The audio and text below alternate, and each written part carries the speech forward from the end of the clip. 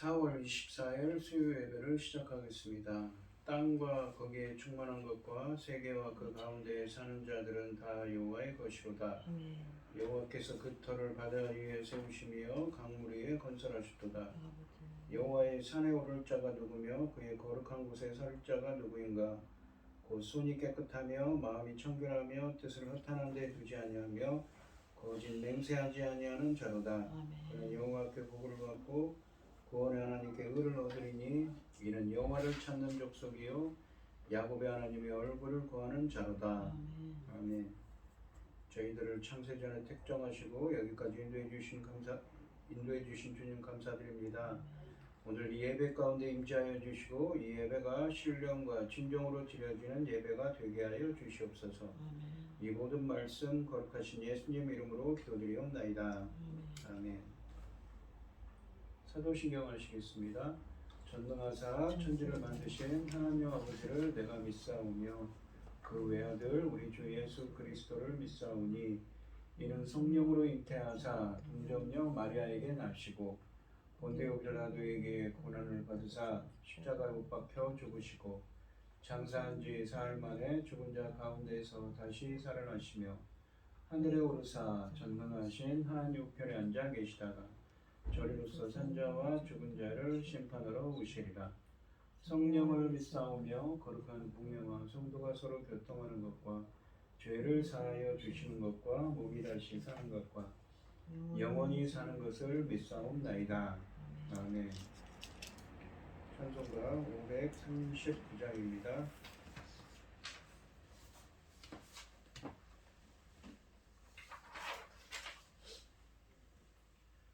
너 예수께 조용히 나가 내 모든 짐 내려놓고 주 십자가 사랑을 믿어 죄 사함을 너 받으라. 주 예수께 조용히 나가 내 마음을 쏟아놓으라. 늘 은밀히 보시는 주님 그 은혜를 베푸시니 주 예수의 은혜를 입어 내 슬픔이 없어지리. 내 이웃을 늘 사랑하여 너 받은 것 거저주라. 주 예수께 조용히 나가 내 마음을 쏟아놓으라. 늘 은밀히 보시는 주님 그 은혜를 베푸시리. 주 예수를 친구로 삼아 늘 내 곁에 모시어라. 그 영원한 생명샘물에 내 마음 목축이어라. 주 예수께 조용히 나가 내 마음을 쏟아놓으라. 늘 은밀히 보시는 주님 그 은혜를 베푸시리. 너 주님과 사귀어 살면 새 생명이 넘치리라. 주 예수를 찾는 이 앞에 참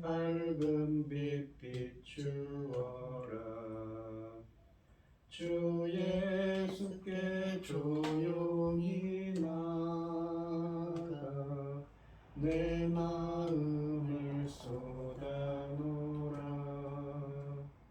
너를 미리 보시는 주님 그 은혜를 베푸시리. 아멘. 오늘 함께 하실 하나님의 말씀은 이사야서 30장 18절로 33절 말씀입니다. 이사야 30장 18절로 33절 말씀입니다. 교독을 하겠습니다. 제가 먼저 읽겠습니다. 그러나 여호와께서 기다리시나니 이는 너희에게 은혜를 베풀려 하심이요 일어나시리니 이는 너희를 긍휼히 여기려 하심이라. 대저 여호와는 정의의 하나님이심이라.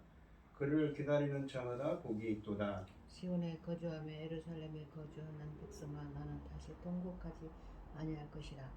그가 네 부르짖는 소리로 말미암아 네게 은혜를 베푸시되 그가 들으실 때에 내게 응답하시리라. 주께서 너에게 환난의 떡과 고생의 물을 주시나 내 스승은 다시 숨기지 아니하시리니 내 눈이 내 스승을 볼 것이며 너희가 오른쪽으로 치우치든지 왼쪽으로 치우치든지 내 뒤에 말소리가 내 귀에 들려 이르기를 이것이 바른 길이니 너희는 이리로 가라 할 것이며 또 너희가 너희 조각한 우상에 입힌 은과 부어 만든 우상에 올린 금을 더럽게 하여 불결한 물건을 던짐같이 던지며 이르기를 나가라 하리라. 네가 땅에 뿌린 종자에 주께서 비를 주사 땅이 먹을 것을 내며 곡식이 풍성하고 기름지게 하실 것이며 그날에 네 가축이 광활한 목장에서 먹을 것이요 밭 가는 소와 어린 나귀도 키와 새스랑으로 까부르고 맛있게 한 먹이를 먹을 것이며 크게 사륙하는 날 망대가 무너질 때에 고산마다 준루역마다 그 위에 개울과 시냇물이 흐를 것이며 여호와께서 자기 백성의 상처를 싸매시며 그들의 맞은 자리를 고치시는 날에는 달빛은 햇빛 같겠고 햇빛은 7배가 되어 7날의 빛과 같으리라. 보라 여호와의 이름이 원방에서부터 오되 그의 진노가 불붙듯하며 빽빽한 연기가 일어나듯하며 그 입술에는 분노가 찼으며 그 혀는 맹렬한 불 같으며 그의 호흡은 마치 창이라여 목에까지 미치는 하수 같은즉 그가 멸하는 키로 열방을 까부르며 여러 민족의 입에 미혹하는 재갈을 물리시리니 너희가 거룩한 절기를 지키는 밤에 하듯이 노래할 것이며 피리를 불며 여호와의 산으로 가서 이스라엘의 반석에게로 나아가는 자같이 마음이 즐거워할 것이라. 여호와께서 그의 장엄한 목소리를 듣게 하시며 혁혁한 진노로 그의 팔에 치심을 보이시되 맹렬한 화염과 폭풍과 폭포구와 우박으로 하시리니 여호와 목소리에 아수르가 낙담할 것이며 주께서는 막대기로 치실 것이라. 여호와께서 예정하신 몽둥이를 아스루 위에 더하실 때마다 소고를 치며 수금을 탈 것이며 그는 전쟁 때에 팔을 들어 그들을 치시리라. 대저 도벳은 이미 세워졌고 또 왕을 위하여 예비된 것이라. 깊고 넓게 하였고 거기에 불과 많은 나무가 있은즉 여호와의 호흡이 유황 개천 같아서 이를 사르시리라. 아멘. 아멘. 기도하겠습니다.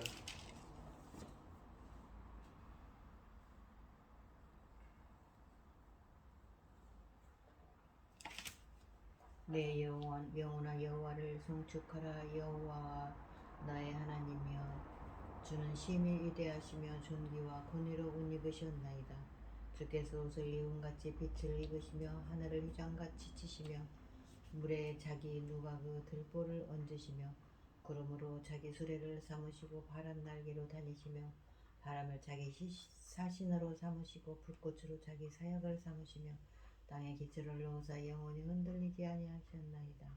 옷으로 덮음같이 주께서 땅을 깊은 바다로 덮으심에 물이 산들 위에 솟아올랐으나 주께서 꾸짖으시니 물은 도망하며 주의 우레소리로 말미암아 빨리 가며 주께서 그들을 위하여 정하여 주신 곳으로 흘러갔고 산은 오르고 골짜기는 내려갔나이다. 천지 만물을 지으신 전능하신 하나님 아버지, 어리석고 보잘것없는 저희를 아버지의 자녀 삼으시고 아버지의 사랑 가운데 살아가게 하심을 감사드립니다. 어지럽고 복잡하고 어려운 이 시대 이 시간에도 아버지 하나님께 예배드릴 수 있도록 인도하셨으니 참으로 감사드립니다. 전능하신 하나님 아버지, 저희 나라를 지켜주시옵소서. 아버지 하나님, 천금 같은 귀한 사명 잘 감당하는 이 나라가 되게 하여 주시옵소서. 사랑하는 내 아버지 거룩하신 하나님, 지금은 중대한 시대 아닙니까? 열매를 거두실 중대한 시대를, 완전 새 시대를 열으셨다고 하셨습니다. 아버지, 중대한 시대에 아버지 당신이 사랑하는 종 열매 거둘 말씀으로 강단에 세우셨으니 참으로 감사드립니다. 아버지 하나님, 이 열매 거둘 말씀으로 말미암아 아버지께서 기뻐 받으실 열매들이 넉넉히 나올 수 있기를 간절히 소원하오며, 이 모든 말씀은 엉망 죄악 가운데서 우리를 구원하여 주신 예수 그리스도 이름으로 기도드리옵나이다. 아멘. 오늘 함께 하실 하나님의 말씀은 제목은 기다리는 자의 복입니다. 아버지, 이 지난 시간에 했었던 30장 1절로 17절 말씀이 애굽을 의지하는 남유다를 향해 심판을 예고한 상황에서 본문은 28절로 33절 말씀은 하나님이 시온을 회복하실 것과 시온이 회복되기 전에 열방, 그러니까 특별히 아수르를 심판하실 것을 말씀하고 계십니다. 하나님은 유다의 회개를 기다리십니다. 유다 백성이 회개하고 잠잠히 하나님의 구원을 기다린다면 그들은 구원하시고 회복하시는 하나님을 만날 것이라고 말씀하십니다. 18절에 보시면 그러나 여호와께서 기다리시나니 이는 너희에게 은혜를 베풀려 하시며 일어나시리니 이는 너희를 긍휼히 여기려 하심이라. 그러니까 기다리신다고 합니다. 주님께서. 왜요? 은혜를 베풀려고요. 일어나신다고 하십니다. 이것은 긍휼히 여기려 하심이라. 긍휼히 여기기 위해서라고 합니다. 대저 여호와는 정의의 하나님이심이라. 그를 기다리는 자마다 복이 있도다 라고 하십니다. 하나님은 그들을 기다리고 일어서시는데 이것은 그들을 긍휼히 은혜를 베풀기 위함이라고 말씀하시면서 정의의 하나님을 기다리는 자는 복이 있다고 말씀하십니다. 이 1절부터 17절에서 말씀하신 남유다에 대한 심판에도 불구하고 다행히 아직도 그들에게는 은혜를 체험할 수 있는 기회가 남아있다고 말씀하십니다. 그러나라는 말로 시작하는 것을 알 수 있듯이 앞에서는 심판을 얘기했다면 이 본문에서는 그러나 하나님이 기다리신다고 하시는 것이죠. 그렇다면 이들이 과연 어떻게 하나님의 은혜를 체험할 수 있을까요? 정의의 하나님을 기다리는 것이라고 말씀하고 계십니다. 이 정의라는 말은 히브리어로 미시파트인데 인간과 인간 사이의 관계를 규정하는 하나님의 공정하신 심판을 의미합니다. 하나님은 아직도 이들에게 은혜 베풀기를 원하시며 그들을 불쌍히 여기시기를 원하시니 잠잠히 그를 바라는 자는 복이 있다고 말씀하십니다. 그리고 정의 하나님을 기다린다는 것은 비록 세상 일이 우리가 생각하는 대로 혹은 기대하는 대로 이루어지지 않더라도 낙심하지 않고 언젠가는 주님의 정의가 이 세상을 지배할 것이라는 확신 아래 인내와 소망을 갖고 잠잠히 하나님의 때가 도래할 것을 갈망하는 것입니다. 물론 말처럼 쉬운 것은 아닙니다. 그러나 하나님의 백성이라면 세상의 일이 어떻게 돌아가든 역사는 하나님의 손 안에 있으며 언젠가는 그분의 정의가 승리할 것이라는 확신을 가져야 합니다. 이런 사람은 복이 있다고 하시는 것입니다. 왜냐하면 하나님의 구원을 보게 될 것이기 때문입니다. 이러한 진리는 이사야서에서 거듭 강조되고 있는 메시지이기도 합니다. 이사야서 2장에서는 여호와만이 유일하게 온 세상에서 높임을 받는 분이라고 했습니다. 또한 이사야서 40장 27절로 31절에서는 오직 여호와만이 그들의 필요를 충족시킬 수 있다고 말씀하십니다. 그러므로 하나님을 의지하는 것은 당연한 것이며 그분을 기다리는 것은 모든 백성들의 의무인 것이지요. 그러면서 이 뒤에 있는 19절부터 26절까지 말씀은 이 18절에 있는 주를 기다리는 정의 하나님을 기다리는 사람들이 받는 복에 대해서 설명하십니다. 주를 기다리는 사람, 잠잠히 돌이켜서 잠잠히 주를 기다리는 자에게 어떤 복을 주시는가 말씀하십니다. 19절에 보시면 시온에 거주하며 예루살렘에 거주하는 백성아 너는 다시 통곡하지 아니할 것이라. 그가 내 부르짖는 소리로 말미암아 내게 은혜를 베푸시되 그가 들으실 때 내게 응답하시리라 라고 하십니다. 이 주를 기다리는 사람은 이 시온에서 더 이상 통곡하지 않을 거라고 하십니다. 기다리는 자는 더 이상 인간을 의지하지 않고 하나님을 바라보며 그의 자비를 구하며 하나님의 은혜를 기다리는 사람이라고 했습니다. 19절 상반절에 보시면 시온에 거주하며 예루살렘에 거주하는 백성아 너는 다시 통곡하지 아니할 것이다 라고 말씀하시는데, 여기서 시온에 거주하는 자는 문맥적으로 보면 누구냐면 15절과 17절에 보시면 돌이켜 잠잠하며 주님을 의지하는 소수의 남은 자들입니다. 18절 말씀처럼 이 유다의 심판 가운데서 하나님을 원망하지 않고 주님을 기다리는 사람들입니다. 다시는 통곡하지 않을 것이다 라는 말은 이들이 심판을 겪으면서 자신의 죄를 회개하고 통곡했다는 의미를 내포하고 있습니다. 이 대목에서 회복된 이 시온에 거하는 남은 자의 자격이 바로 회개하는 사람이라는 사실을 우리는 깨달을 수 있습니다. 그러면서 19절 하반절에 보시면 돌이켜 하나님의 잠잠히 하나님의 구원을 기다리는 자지요. 그 사람이 그가 내가 부르짖는 소리로 말미암아 내게 은혜를 베푸시되 그가 들으실 때 내게 응답하시리라. 그 하나님을 기다리는 자들이 구원을 기다리는 잠잠히 돌이켜서 잠잠히 하나님의 구원을 기다리는 자들이 이 부르짖을 때 그들의 소리를 들으시고 응답하실 거라고 하십니다. 그들이 하나님께 부르짖을 때 은혜를 베푸셔서 들으실 때 응답하신다고 말씀하십니다. 어려울 때마다 부르짖는 백성의 음성을 하나님이 들으시고 응답하실 것이기 때문에 다시 통곡하지 않을 것이라는 말씀이십니다.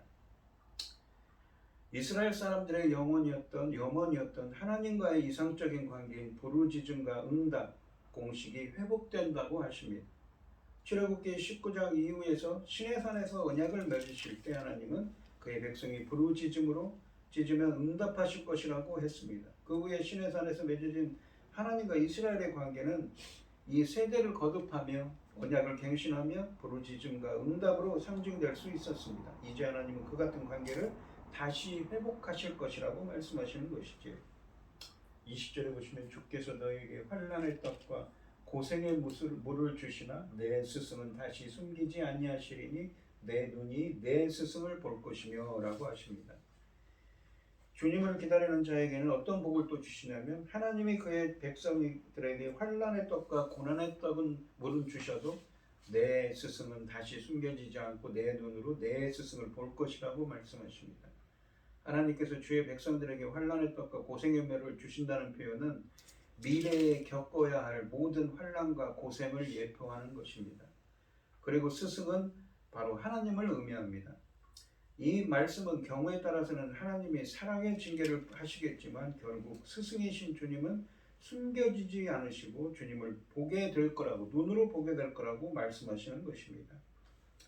그래서 21절에 보시면 너희가 오른쪽으로 치우치든지 왼쪽으로 치우치든지 내 뒤에서 말소리가 내 귀에 들려 이르기로. 주님께서 직접 말씀하시는 거죠. 이것이 바른 길이다. 오른쪽으로 치우치지 말고 왼쪽으로 치우치지 말고 바른 길이니 너희는 이리로 가라 할 것이며 라고 하십니다. 주를 기다리는 자에게는 결코 인도자 없는 양무리처럼 고아처럼 버려두시지 않으셔서 목소리로 바른 길을 직접 가르쳐 주실 것이라고 말씀하십니다. 결정의 기로에 서 있는 백성들에게 바른 길을 가도록 가르쳐 주시는 것이지요. 그렇다면 하나님의 백성들은 다시는 오른쪽으로 치우치든지 왼쪽으로 치우치든지 잘못될 걱정을 할 필요가 없습니다. 왜냐하면 하나님의 직접적인 인도하심이 그들과 함께 할 것이기 때문입니다. 영적인 맹인과 귀머거리에게서 탈피하게 될 것입니다. 스승이신 주님은 고난 중에서 시온의 회복을 바라며 주님을 의지하는 자들에게 바른 길을 보여줄 것입니다.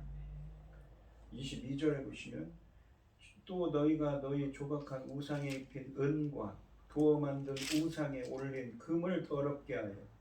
누가 더럽게 합니까? 너희가. 그 하나님의 주님을 기다리는 자들, 돌이켜 잠잠히 하나님의 구원을 기다리는 자들, 하나님을 의지하며 주님의 구원을 기다리는 자들이 바로 금을, 그 우상들을 더럽게 하여 불결한 물건을 던짐같이 던짐에 이르기를 나가라 하리라.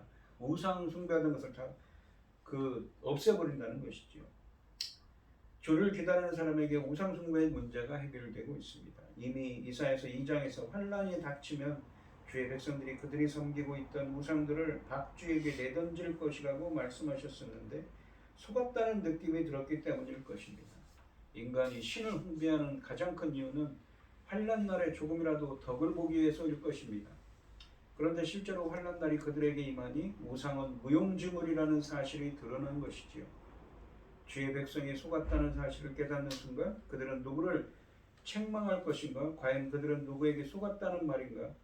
우상을 탓하거나 그 누구를 탓할 필요가 없습니다. 바로 자신들이 스스로를 속인 것이기 때문입니다. 주님은 이미 2장 22절에서 우상이 인간을 타락시키는 것이 아니라 타락한 인간이 우상을 만드는 것이라고 선언하셨었습니다. 이제 그 말씀의 성취가 이루어지고 있습니다. 백성들이 스스로 우상들을 버리고 있습니다. 그리고는 우상들을 더럽게 하고 던지며 소리칩니다. 나가라, 내 눈앞에서 사라져라 라고 말합니다. 우리가 꿈꾸는 날이 바로 이런 날이지요. 세상 사람들이 모두 그들이 숭배하는 신들에게 영양가 없는 것들아 꺼져라 라고 외치며 유일한 신이신 하나님께 돌아오는 날입니다. 주의 백성은 그동안 우상을 통해서 풍요로움을 얻으려 했습니다. 특히 이스라엘 사람들은 본문에 묘사되어 있는 것들이 모두 다산 신들이 주는 것으로 착각하고 그 신들을 찾았습니다. 아스다롯 같은 신들 말입니다. 주님은 백성들이 다산의 신들을 찾는 것은 오히려 궁핍을 초래할 것이라고 여러 차례 경고해 왔습니다. 그러나 백성들은 주님의 말씀에 귀를 기울여 하지 않았지요. 하나님과의 관계가 회복되는 날 이스라엘은 그들의 우상들을 통해 얻으려 했던 모든 것이 진정 이 여호와 하나님께로부터 온다는 것을 깨닫게 될 것입니다. 땅의 풍요로움도 가족들의 번성도 모두 여호와께서 내리시는 축복인 것입니다. 이 사실을 의식하는 순간 그들의 여호와에 대한 죄송함과 감격이 극치에 이를 것입니다. 반면에 우상을 찾았던 자신들의 어리석음에 대한 후회도 극에 달할 것입니다. 이 18절에서 주를 기다리는 자들에게 복을 주신다고 하셨는데 이 23절에 보시면 내가 땅에 뿌린 종자에 주께서 비를 주사 땅이 먹을 것을 내며 곡식이 풍성하고 기름지게 하실 것이며 이게 씨를 뿌렸는데 싹을 틔어서 곡식이 풍성하게 하고 기름지게 하실 것이며 그날에 내 가축이 광활한 목장에서 먹을 것이요 라고 하십니다. 풍요를 주신다고 하시죠. 농작물이 잘 자라도록 비를 주시고 수확이 풍성하게 하십니다. 가축도 넓은 목장에서 마음껏 풀을 뜯게 하신다고 하십니다. 24절에 보시면 닭가는 소와 어린 나귀도 키야 새스랑으로 까부르고 맛있게 한 먹이를 먹을 것이며 이 가축들도 무엇입니까? 이 까부른다는 것은 이 무엇입니까? 키라는 거는 여러분들이 시골에 가면 키로 이렇게 키죠. 알곡은 이렇게 모이고 쭉정이는 바람에 날아가듯이 알곡을 걷어서 까부른다고 걷어들인다는 표현입니다. 그래서 맛있게 한 먹이를 짐승들도 먹게 된다고 하십니다. 심지어 가축들도 키야 새수강으로 까부르고 맛있게 한 먹이를 먹게 될 것이라는 사실입니다. 이 말씀은 온 땅의 풍성함을 강조할 뿐만 아니라 이 짐승들의 주인이 하나님의 은혜에 마음이 녹아 키우는 백성들에게까지 자비를 베풀게 될 것이라는 점을 강조하고 있습니다. 25절에 보시면 크게 살육하는 날 망대가 무너질 때의 고산마다 줄령마다 그 뒤에 개울과 시냇물이 흐를 것이며 라고 하십니다. 세상의 교만한 자들과 악인들의 망대라는 것은 탑을 의미합니다. 이 무너지고 큰 살육이 있을 때 일어날 일입니다. 하나님께서 이 유다를 괴롭혔던 원수들을 치시는 날 그들의 망대가 탑이 무너질 때 모든 산과 골짜기에 물이 넘쳐 흐를 것이라고 하십니다. 자연도 회복된다는 것이지요. 25절에서 망대가 무너지는 것과 시냇물이 흐르는 것을 함께 언급하는 것은 결코 우연이 아닙니다. 이사야서에서는 여러 차례 망대라는 말과 물이 없어 메마르게 되는 것을 인간의 교만과 연결해 왔습니다. 그래서 반대로 풍요로움과 물은 하나님을 기다릴 때 주어지는 것들입니다. 개울과 시냇물은 관계용 수로를 의미하며 여기에 물이 흐른다는 것은 바로 풍요로운 수확을 가리키는 것입니다. 어떤 사람들에게 이러한 은혜를 주십니까? 이러한 풍성함을 바로 주를 기다리는 자, 돌이켜 15절, 18절을 참고해 보면 돌이켜 잠잠히 주를 의지하며 주님을 기다리는 자들에게 주는 복이지요. 그 복에 대해서 26절은 또 여호와께서 자기 백성의 상처를 싸매시며 그들의 맞은 자리를 고치시는 날에는 달빛은 햇빛 같겠고 햇빛은 7배가 되어 7날의 빛과 같으리라 라고 하십니다. 치유와 회복이 일어납니다. 하나님이 그의 백성을 구원하시는 날에 이 백성의 상처를 싸매어 주시고 매맞아 생긴 그들의 상처를 고치시는 날에 빛이 세상을 지배하여서 어둠이 더 이상 세상을 장악하지 못합니다. 달빛은 마치 햇빛처럼 밝아지고 이 햇빛은 7배나 밝아져서 7배가 되어 7날의 빛과 같으리라고 하죠. 마치 7날을 한데 모은 것 같이 밝아질 것이라는 것입니다. 과장법을 사용하고 있죠.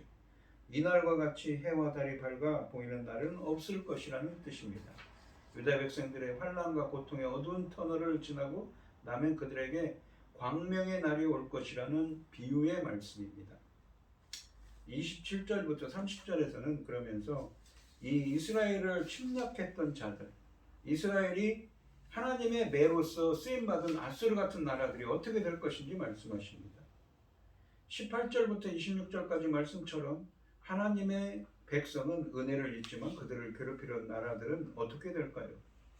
특히 하나님의 징계의 도구로 사용하셨던 나라의 운명은 어떻게 될까요? 본문은 아수르를 예로 들면서 하나님이 이스라엘을 징계하기 위해 도구로 사용하신 나라를 통해서 이스라엘을 괴롭힌 모든 나라들에 대한 심판을 선포하고 계십니다. 하나님은 무시무시한 위력으로 구약에서 하나님의 임재를 묘사할 때 자주 사용되는 위협적인 위험으로 그들을 찾아오실 거라고 하십니다. 27절에 보시면 보라 여호와의 이름이 원방에서부터 오되, 원방이라서는 먼 곳에서부터 오되 그의 진노가 불붙듯하며 빽빽한 연기가 일어나듯 하며 불과 연기가 임합니다. 그의 입술에는 분노가 찼으며 그의 혀는 맹렬한 불 같으며 라고 하십니다. 하나님께서 크게 분노하셔서 빽빽한 구름에 둘러싸여 멀리서 오십니다. 그가 말씀하시니 그 말이 맹렬한 불길과 같을 거라고 하십니다. 28절에 보시면 그의 호흡은 마치 창이라여 목에까지 미치는 하수 같은즉, 호흡이 뭐라고요? 홍수의 이미지로 다가오죠. 그가 멸하는 키로 열방을 까부르며, 멸하는 키라는 거는 알곡과 쭉정이를 가릴 때 이렇게 키로 켜서 이 쭉정이는 바람에 날아가 버리죠. 그런 것처럼 열방을 심판한다는 것입니다. 까부르며 여러 민족의 입에 미혹하는 재갈을 물리치리니 라고 하십니다. 분노를 홍수처럼 쏟아 교만한 민족들을 쓸어버리시고 그들의 입에 파멸의 재갈을 물리신다고 하십니다. 그의 호흡은 마치 창이라여 목에까지 미치는 하수 같은 적이라고 상반절에 말씀하시는데, 이 홍수의 이미지는 원래 유다를 심판하기 위해 하나님이 사용하신 도구였습니다. 그래서 유다를 심판하시는 아수르는 모든 것을 휩쓰는 홍수의 이미지로 여러 차례 이사야서에서 제시된 적이 있습니다. 하지만 이 홍수의 이미지가 다시 열국 심판에 적용되어 열국이 하나님에게서 나오는 홍수 심판으로 사라지게 될 것이라고 말씀하고 계십니다. 유다를 심판하는 방식이 열국 심판에 그대로 적용되고 있는 셈입니다. 28절 하반절은 본격적으로 열국을 심판하는 내용입니다. 하나님은 멸하는 키로 열국을 까부를 거라고 하십니다. 하나님의 심판의 성격을 잘 나타낸 표현이 바로 멸하는 키라는 말입니다. 아모스서 9장 9절에 의하면 키로 알곡과 죽정이를 골라내듯이 주의 심판은 의인을 위한 축복과 악인을 벌하시기 위한 측면, 두 가지의 양면성이 있다는 것입니다. 그리고 죽정이에게는 미혹하는 재갈을 물릴 거라고 하십니다. 곧 이사야서 29장 10절 말씀처럼 심판의 분량에 이르게 되기까지 계속해서 분별 없이 악행을 저지르도록 그들에게 악한 영을 허락하신다는 의미입니다. 결국 죽정이들은 심판을 자초하게 되는 셈이지요. 하나님이 이런 기세로 달려든다면 살아남을 수 있는 존재는 없습니다. 놀라운 것은 하나님의 백성에게는 이 모습이 그들을 보호하려는 하나님의 열심을 나타내는 것입니다. 그들의 적에게는 공포의 심판이 시작될 것을 의미한다는 것입니다. 여호와의 날이 주를 기다리는 백성에게는 보호의 날이자 잔치의 날이지만 주를 대적하던 그 열방에게는 공포와 심판의 날이 될 것입니다. 29절에 보시면 너희가 거룩한 절기를 지키는 밤에 하듯이, 절기라는 것은 오순절이나 77절 같은 거죠. 노래할 것이며 피리를 불며 여호와의 산으로 가서 이스라엘의 반석에게로 나아가는 자 같이 마음에 즐거워할 것이라 라고 하십니다. 하나님의 백성들은 거룩한 절기의 밤을 즐기듯이 노래를 부를 것이며 피리 소리에 맞춰 이스라엘의 반석이 되시는 여호와의 성전으로 올라가는 자들처럼 마음이 즐거울 것이라고 말씀하고 계십니다. 열국 심판 이후에 하나님은 시온을 회복하실 것이고 시온에 거하는 남은 자는 절기 때처럼 하나님을 찬양하게 될 것입니다. 이 시온에 거하는 남은 자는 누구입니까? 바로 이 여호와의 산으로 가서 이스라엘의 반석으로 나아가는 자들, 시온에 거하는 남은 자라고 하는 남은 자는 누구입니까? 본문에 있는 이 15절에 있는 열방의 심판 중에도 돌이켜서 잠잠히 주를 의지하며 오늘 본문의 18절에 있는 것처럼 주님을 기다리는 자입니다. 그들이 바로 남유다를 심판하는 가운데도 남은 자가 되는 것이죠. 이스라엘의 3대 절기는 무교절, 오순절, 그리고 초막절입니다. 이 절기들은 하나님의 주권으로 맺어진 소출과 맞물려서 지켜졌기에 절기 때 백성은 소산의 11조를 소제의 형식으로 하나님께 드려 충성을 맹세하며 하나님과 교제의 기쁨을 누렸습니다. 이런 절기에 하는 것처럼 주님은 종말에 시온에 거하는 자가 이스라엘의 반석에게로 나아가는 자같이 마음에 즐거울 것이라는 말씀처럼 하나님과 온전한 교제의 기쁨을 누리게 될 것을 선포하고 있습니다. 30절에 보시면 여호와께서 그의 장엄한 목소리를 듣게 하시며 혁혁한 진노로 그의 팔에 치심을 보이시되, 팔이라는 것은 주님의 권능을 의미하죠. 맹렬한 화염과 폭풍과 폭우와 우박으로 하시리니 라고 하십니다. 다시 불과 폭풍과 홍수의 이미지로 열국 심판의 모습을 묘사합니다.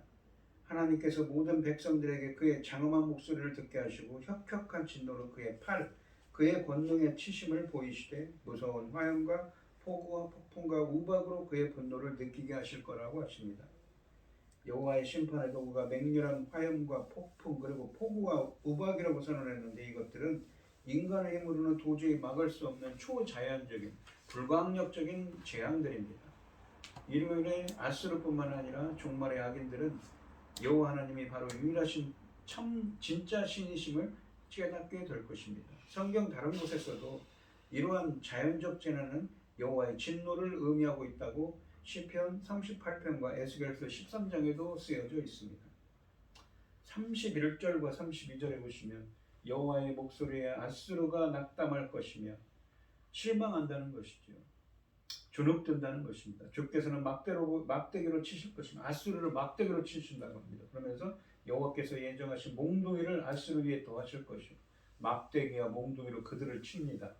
소고를 치며 더하실 때마다 소고를 치며 수금을 더 탈 것이며 그런 전쟁 때에 팔을 들어 그들을 치시리라. 이 하나님이 벌하실 때 아수르 이 사람들은 여호와의 음성을 듣고 두려워 낙담할 것이고 주님께서 예정하신 대로 막대기와 더해서 몽둥이로 아수르를 치실 때 여호와 하나님의 백성들은 소고를 치고 수금을 타며 기뻐할 것이라고 이 말씀하고 있습니다. 여기서 열국 심판의 초점은 아수르입니다. 아수르가 부각되는 이유는 남유다 심판의 직접적인 도구가 아수르이고 아수르가 열국을 대표하기 때문입니다. 하지만 아수르에 의한 유다 심판은 바벨론에 의한 심판으로 연기되었기에 열국의 대표는 나중에 아수르에서 바벨론으로 넘어가게 됩니다. 이 말씀이 14장 4절과 25절에 쓰여져 있습니다.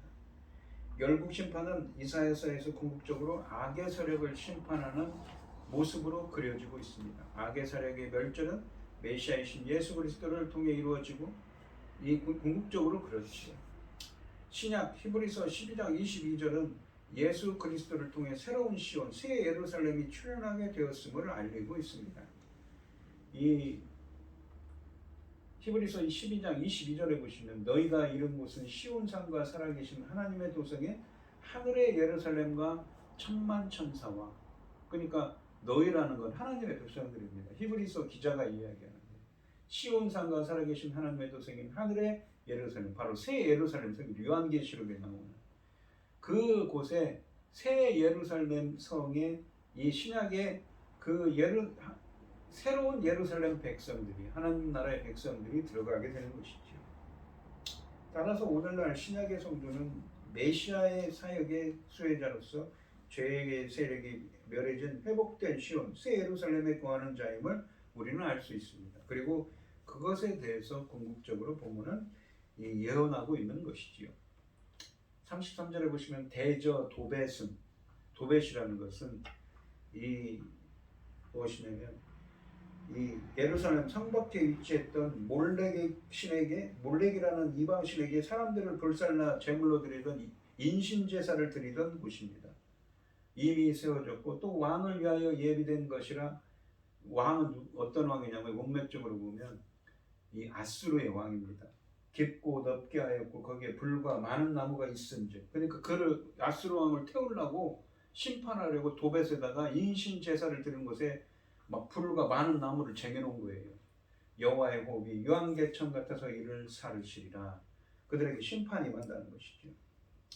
하나님은 아수르의 종말을 위해 이미 오래전부터 준비하고 계셨다고 말씀하십니다. 도벳은 예루살렘 성 밖에 위치했으며 몰렉이라는 이방신에게 사람들을 불살라 제물로 바치던 인신제사를 드리던 곳입니다. 도벳이 이미 세워졌다는 것은 아수르 왕을 산채로 태울 준비를 마쳤다는 것입니다. 큰 불로 아수르 왕을 태울 화장터인 도벳이 마련되었는데 그것은 나무를 잔뜩 쌓아 올린 깊고 넓은 장소입니다. 그날 하나님의 호흡이 아수르의 왕에게 유황개천처럼 임할 것입니다. 하나님께서 유황불과 같은 불을 토해 그곳을 완전히 태워버릴 것이라고 말씀하십니다. 도벳이 왕을 위해 예배된 곳이라고 말씀하시면서 아수르 왕이 하나님의 심판에 의해 불에 타 죽게 될 것을 예언하고 계십니다. 이것은 궁극적으로 무엇입니까? 바로 요한계시록 20장, 19장, 20장, 21장에 보면 이 유황불못에 이 하나님께서 그들의 행위대로 이 죽은 자들이, 영적으로 죽는 구원받지 못한 악한 자들이 그들의 행위에 따라서 심판을 받는다고 할 때 백부자 심판이 나오지요. 유황불못에 들어가는 영원한 심판에 대한 말씀을 예언하고 있는 것이지요. 오늘 본문을 보시면 주님은 은혜를 주시기에 기다린다고 하십니다. 이 소수의 돌이켜 잠잠히 주님을 의지하며 회개하고 돌이키며 이 소수의 사람들이 남유다의 심판을 말씀하시면서도 돌이키는 그 남은 자들을 기다리고 계십니다. 그때는 바로 우리가 약함을 고백하고 약함을 인정하는 순간입니다. 그리고 하나님께 도움을 구하는 때입니다. 넘지 못할 벽과 같은 상황을 만났다면 잠시 멈추고 잠잠히 하나님의 구원을 기다리는 것이 지혜인 것이지요. 주를 기다리는 자들에게 주시는 하나님의 은혜는 영적인 복뿐만 아니라 일상의 복도 포함된다고 말씀하십니다. 은혜의 비를 내리주셔서 황폐한 땅에 풍성한 곡식이 자라고 광활한 목장에 가축이 풀을 뜯으며 살육의 피가 흐르던 계곡에 맑은 물이 흐릅니다. 주께서 징계받은 백성의 상처를 치유하시면 유다의 캄캄한 현실은 7배의 햇빛이 비추는 것처럼 환해질 것입니다. 우리 사회에도 이 상처 입고 고통받으며 눈물로 밤을 지새우는 이들이 있습니다. 그들의 캄캄한 현실에 주님의 위로와 치유의 손길이 미치도록 기도해야겠습니다. 오늘 이 시간 돌이켜 잠잠하여 주를 의지하는 사람, 주를 기다리는 사람이 우리 성도님들도 계셔서 주님이 주시는 복으로 충만한 은혜가 함께 하시기를 축원드리겠습니다. 기도하겠습니다. 하나님 아버지, 주님, 하나님을 의지하지 않고 세상을 바라보며 죄를 짓던 남유다에 하나님은 심판의 말씀을 주셨습니다. 하지만 그 중에서도 소수의 사람들이 있습니다. 돌이켜 잠잠히 주를 의지하며 주의 구원을 기다리는 자들입니다. 하나님께서 그들에게는 복을 주시고 그들이 다시 구원을 받고 하나님의 은혜가 임하여서 그들이 회복의 은혜를 누릴 것이라고 주님께서 말씀하십니다. 비록 소수의 사람들이지만 저희들도 돌이켜 잠잠히 주를 의지하며 주를 기다리는 사람들이 되게 하여 주시어서 주님이 주시는 은혜로 충만한 우리 성도님들이 되게 하여 주시옵소서. 이 모든 말씀 거룩하신 예수님 이름으로 기도드리옵나이다. 아멘. 찬송가 543장입니다. 543장을 하시고 축도하심으로 오늘 예배를 마치겠습니다. 어려운 일 당할 때 나의 믿음 적으나 의지하는 내 주를 더욱 의지합니다. 세월 지나갈수록 의지할 것뿐일세. 무슨 일을 당해도 예수 의지합니다. 성령께서 내 마음 밝히 비춰주시니 인도하심 따라서 주만 의지합니다. 세월 지나갈수록 의지할 것뿐일세. 무슨 일을 당해도 예수 의지합니다. 밝을 때의 노래와 어두울 때의 기도로 위태할 때 도움을 주께 간구합니다. 세월 지나갈수록 의지할 것뿐일세. 무슨 일을 당해도 예수 의지합니다. 생명 있을 동안에 예수 의지합니다. 천국 올라가도록 의지할 것뿐일세. 세월 지나갈수록 의지할 것뿐일세. 무슨 일을 당해도 예수 의지합니다. 아멘. 이제는 주 예수 그리스도의 은혜와 아버지 하나님의 극진하신 사랑과 성령의 교통하심이 주를 기다리는 자의 복을 누리기를 소원하는 성도들 머리머리 위에 이제로부터 영원히 함께 있을지어다. 아멘.